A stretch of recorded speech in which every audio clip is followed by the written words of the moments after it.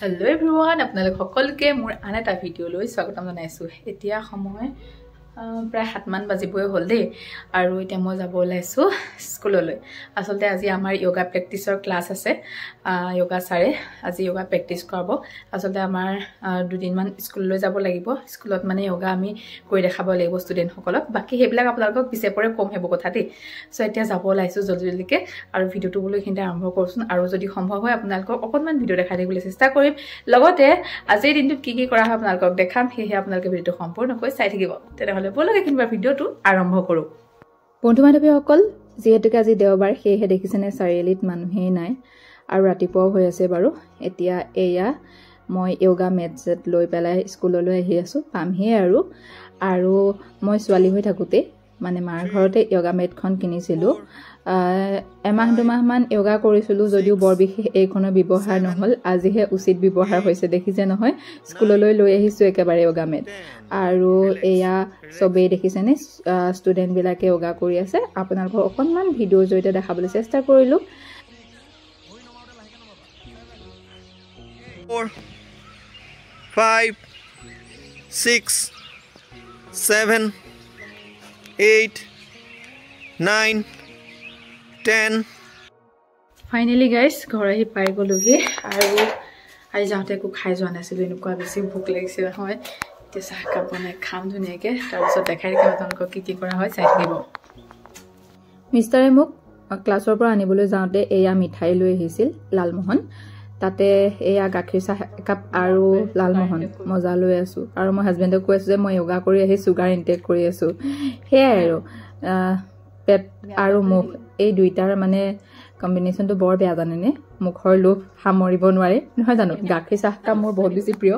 এয়া খাই কৰিলো তাৰপিছত আপোনালোকক পুনৰ লগ পাই আছো 2 hours later.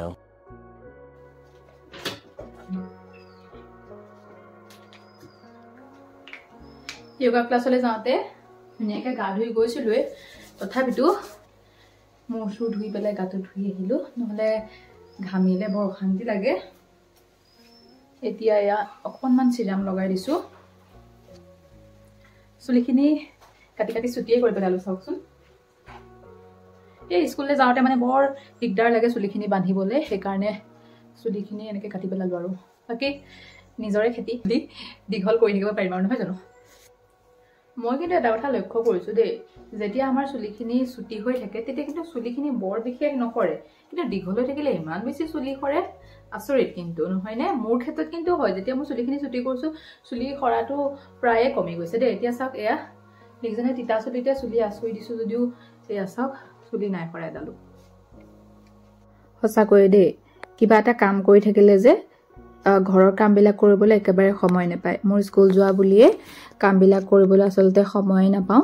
ঘৰ ঝাৰুটো সদায় দিনে দিয়া হয়, কিন্তু এতিয়া যে ধূলিৰ ছিজন, বিশেষকৈ এতিয়া খুব বেছি বতাহ বলে ধূলিবিলাক যিমানেই চাফা নকৰিলেও ধূলি পৰে আৰু আজি যেহেতুকে দেওবাৰ সেইকাৰণে বোলো ঘৰবিলাক অকণমান চাফা কৰোঁ। বিশেষকৈ ড্ৰয়িং ৰুমত থকা চকী টেবুলবিলাক চাফা কৰা মোৰ নহয়ে, কেৱল ঝাৰুহে দি থৈ দিওঁ। আৰু বহুতে মোক কৈ আছিলে বা তোমাৰ লগত অনা চোফাৰ ছেটবিলাক বা বিচনাবিলাক দেখাবাচোন। মই কেতিয়াবা সময় পালে দেখাম। আজি অলপমান চাফ চিকুণে কৰি আছে সেইকাৰণে ভালকৈ দেখুওৱা নাই দেই। সেয়া আৰু এতিয়াও ধুনীয়াকৈ গোটেইখিনি চাফা কৰিলোঁ ধূলি চুলি। আকৌ পুনৰ এয়া দেখিছে নহয় কভাৰ চভাৰবিলাক লগাই থৈছোঁ, নহ'লে বৰ ধূলি পৰে। বিশেষকৈ এতিয়া ট্ৰেক্টৰবিলাকে মাটি নিছে সেইকাৰণে ধূলি বেছিকৈ পৰে। সো সেয়া এয়া চাফ চিকুণ কৰি পেলাই আপোনালোকক ফাইনেলকৈ দেখাইছোঁ। আপোনালোকক কেতিয়াবা ভিডিঅ'ৰ জৰিয়তে দেখাম মোৰ ড্ৰয়িং ৰুমটো, ঠিক আছে। আৰু এটা আপোনালোকক বস্তু দেখাইছোঁ। এই বস্তুটো কোনে কোনে চিনি পায় বাৰু? লেম্প। এই লেমৰ পোহৰতে আমি কিন্তু পঢ়িছিলোঁ দেই। মিষ্টাৰৰ ঘৰত আছিল পুৰণা লেম্প এটা, ধুনীয়াকৈ চাফ চিকুণ কৰি ৰং কৰি পেলাই থৈ দিছোঁ। পিছলৈও এনেকুৱা আপৰিকা বস্তুবিলাক থাকি যাব। আৰু এইজনী হৈছোঁ মই।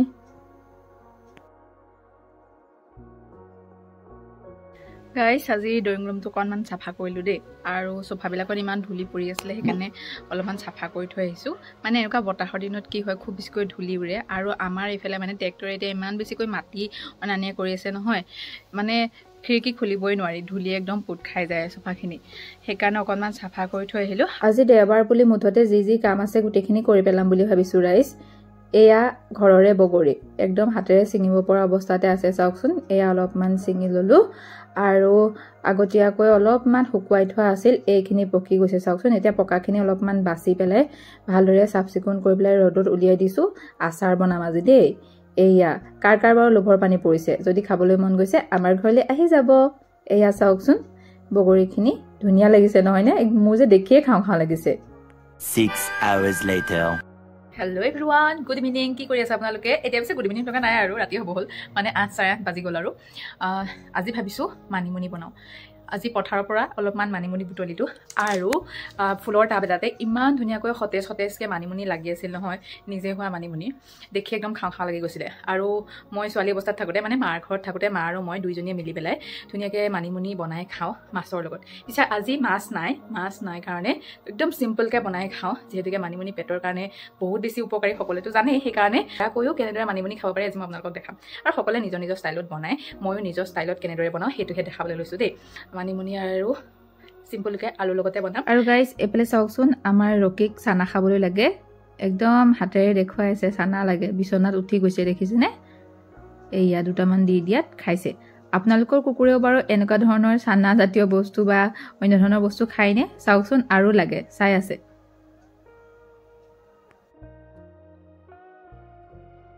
এতিয়া আহি গৈছো পাক ঘৰত মানিমুনি আঞ্জাখন আৰু বনাও বুলো এয়া মানিমুনি দেখিছেনে বৰ মানিমুনি আৰু সৰু মানিমুনি দুইটাই আছে আৰু ফুলৰ টাবটো যিখিনি মানিমুনি হৈছিল একদম হিপাৰে ভৰি গৈছিল সেই সময় হিপাখিনি নলও বাৰু এতিয়া হিপাখিনি আঁতৰাই পেলাই মানিমুনিখিনি পাতখিনি মানে এটা মিক্সি জাৰত লৈ লৈছো তাতে পিয়াজ আদা নহৰু দি লৈ পেলাই অলপমান পানী দি পেলাই ভালদৰে পিচি লম লগতে ইয়াতে মই পিয়াজৰ পাত আৰু আদাৰ পাত অলপমান দি দিছো আৰু এয়া চাওকচোন ধুনীয়াকৈ মই পেষ্ট বনাই ললো এতিয়া এফালে কেৰাহীত এয়া 3টা আলু মই বইল কৰি লৈছিলো সেই আলু কেটা ফ্ৰাই কৰি ললো আৰু আলুখিনি ফ্ৰাই হৈ যোৱাৰ লগে লগে তাতে মই একেখিনি তেলতে পিয়াজ এটা ভালদৰে কাটি লৈ পেলাই মই এয়া ভাজি লৈছো যেহেতুকে মই আদা নহৰুখিনি পেষ্ট বনাওতে দি দিছিলো মানিমুনিখিনি পেষ্ট বনাওতে সেইকাৰণে এয়া এটা জলকীয়া আৰু পিয়াজ এটা ভালদৰে ভাজি লৈ পেলাই যিখিনি মই মানিমুনি পেষ্ট বনাই লৈছিলো সেইখিনি দি দিছো আপোনালোকে ইচ্ছা কৰিলে তেলতে হালধি নিমখ এখিনি দি দিব পাৰে মই অকনমান দেৰিকৈ দিম এয়া চাওকচোন পেষ্টখিনি ঢালি দিয়াৰ পিছত অলপমান লৰাই ললো তাৰ পিছতে জোখ অনুসৰি হালধি আৰু মই নিমখ দি লৈছো এতিয়া আলুখিনিও ইয়াতে যোগ কৰি দিছো আৰু ভালদৰে এইখিনি মই উতলাই লম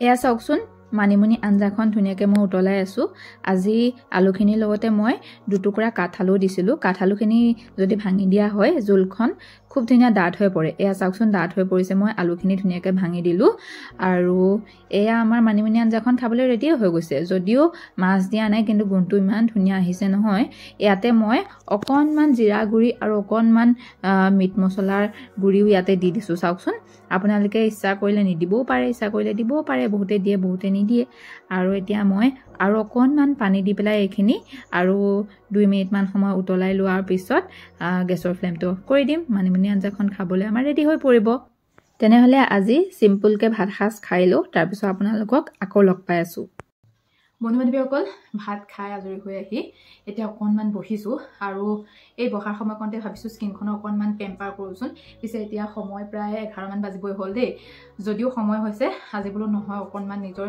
স্কিনখনৰ ওপৰতো সময় দিও আসলতে আজিকালি সময় নেপাও স্কিনত বা চুলিত কিবা কিবি লগাবলৈ সেয়ে মই ভিডিঅ'সমূহ দিয়া নহয় বহুতে মোক সুধি থাকে বা আজিকালি তুমি ভিডিঅ' দিয়া কিয় দেৰি কৰা ভিডিঅ'বিলাক নিদিয়াই হ'ল আসল এনেকৈ কৈ থাকে কিন্তু কি কৰিম আৰু সময় নাথাকে যে হাতত স্কুললৈ যোৱা দিনকেইটা সময় নাপাওঁৱে দেওবাৰ দিনটোতো নিজৰ কাম কাপোৰ ধোৱা সেইবিলাক কৰোঁতে গুচিয়ে যায় আৰু বাৰু বেছি লেকচাৰ নিদিওঁ এতিয়া এটা ফেচ পেক স্কিনত লগাওঁ যিটো ফেচ পেককে স্কিনখন মানে একদম ৰিফ্ৰেছ কৰি তুলিব আৰু স্কিনৰ যদি কলা দাগ থাকে লেতেৰা ধূলি বালিৰ কাৰণে ব্লেক হেড হোৱাইট হেড যদি হৈছে বা স্কিনৰ কলা যদি ৰং আছে তেতিয়াহ'লে সেইটো আঁতৰাত সহায় কৰিব মানে ছানটেনবিলাক আঁতৰাত সহায় কৰিব চ' এয়া চাওকচোন মই ফেচ পেকটো অলৰেডি বনাই আনিছোঁ বাৰু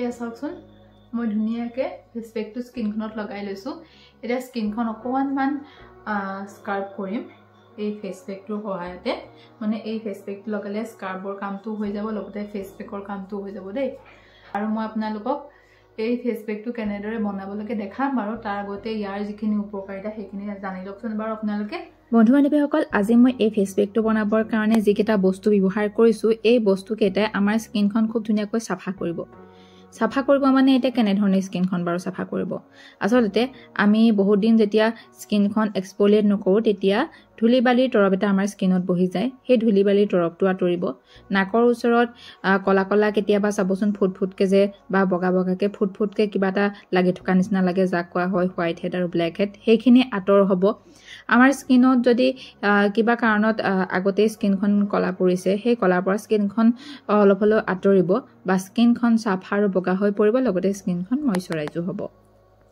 সেয়ে আপোনালোকে এই ফেচ পেকটো লগোৱাৰ আগত স্কিনখন ফেচ ৱাছেৰে ধুনীয়াকৈ ধুই আহিব তাৰ পিছত এই মিশ্ৰণটো লৈ পেলাই প্ৰথমে স্কিনখন লাহে লাহে মাসাজ কৰিব বা স্ক্ৰাব কৰিব তাৰ পিছত স্ক্ৰাব কৰা হোৱাৰ পিছত আপোনালোকে ফেচ পেক হিচাপে এই পেষ্টটো মুখতে ৰাখি দিব অৰ্থাৎ ই স্ক্ৰাব আৰু ফেচ পেক দুইটাই কাম কৰিব আৰু আপোনালোকে নাকৰ ওচৰত থুতৰি অংশত ভালদৰে কিনে মাসাজ কৰিবলৈ নাপাৰ হ'ব তেতিয়াহে আপোনালোকৰ ব্লেক হেড হোৱাইট হেডখিনি আঁতৰ হ'ব স্ক্ৰাব কৰা মোৰ হৈ গৈছে এতিয়া যিখিনি পেষ্ট এয়া থাকি গৈছিলে সেইখিনি স্কিনত ধুনীয়াকৈ লগাই ৰাখিম তাৰপিছত শুকাই গ'লে আৰু ঠাণ্ডা পানী সহায় ধুই দিম ফেচ পেকটো কেনেদৰে লগাব লাগে লগালে কেনেধৰণৰ বেনিফিট পাব পাৰিম সেইখিনিহে কৈ আছোঁ ফেচ পেকটো কেনেদৰে বনাব লাগে সেইটো কোৱা হোৱাই নাই নহয় এয়া ফেচ পেকটো বনাবৰ কাৰণে প্ৰথমে আমাক লাগিব এল'ভেৰা জেল ঘৰৰে এল'ভেৰা এয়া পাত কাটি আনি পেলাই মই ধুনীয়াকৈ জেল উলিয়াই লৈছোঁ 2 চামুচ মানেৰে এল'ভেৰা জেল উলিয়াই লোৱাৰ পিছত ইয়াতে মই 1 চামুচ বেচন 1 চামুচ মচুৰ দাইলৰ গুড়ি ভালদৰে দি লৈছোঁ আৰু এল'ভেৰা জেলখিনিৰ লগতে গোটেইখিনি ভালদৰে মিহলি কৰি এটা পেষ্ট বনাই লৈছোঁ এয়া দেখিছেনে ইমান সহজকৈ আমি ঘৰৰ বস্তুবিলাকে ফেচ পেক বনাই পেলাই স্কিনত লগাব পাৰোঁ লগতে উপকাৰিতাখিনি পাব পাৰোঁ আপোনালোকেও লগাই চাব এই ফেচ পেকটো বহুত বেছি ভাল হয়